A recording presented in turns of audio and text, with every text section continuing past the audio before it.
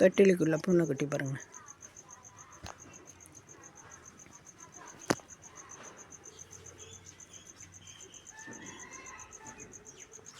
பார்த்தீங்களா, தொட்டிலுக்குள்ளே விளையாடுது பூனைக்குட்டி. சும்மா சத்தம் போட்டுக்கிட்டே இருக்குது. அதனால தான் பார்த்தேன், இது என்ன பண்ணுறதுன்னு யோசித்தேன். சரின்னு ஒரு ஊஞ்சல் கட்டி விட்டேன். ஊஞ்சலில் படுத்துன்னு அழகாக விளையாடுது சத்தம் போடாமல். இவங்க 2 பேர் இருந்தாங்க, சத்தம் இல்லாமல் இருந்தது. அது ஒன்றும் இல்லை. அதனால் இந்த பையன் ஒரே சவுண்டு கொடுக்குறான். இவன் பேர் ரக்ஷன். ஒரே சவுண்டு. தனியாக இருக்கிறதுக்கு கஷ்டப்பட்டுட்டு மேலே மேலே ஏறுது. பார்த்தேன், கழுத்து மேலே ஏறிக்கும், எங்கே போனாலும் விடாது.